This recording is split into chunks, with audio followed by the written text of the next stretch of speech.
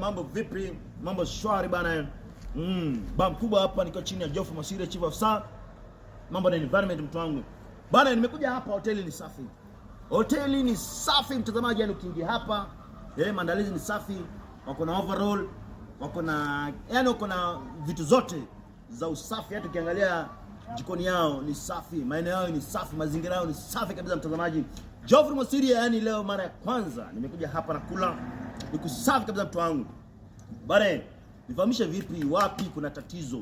Nipigie nambari ya simu, nipigie tu simu, nikuje niangazia kama hapo ni kuchafu ama ni kusafi. Lazima tuwa big up, na kama ni chafu tutaelimisha, tutawa guide, tutawapatia ushauri unahitaji kufanya nini.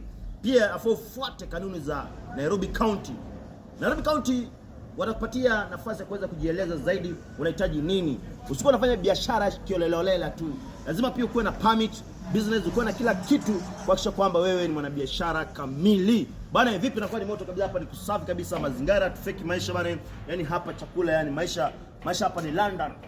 Kama una malalamishi yote nipigie simu. Na mimi kwangu habari kwa Geoffrey Mosiria. Habari kwa Geoffrey Mosiria, Chief of Staff.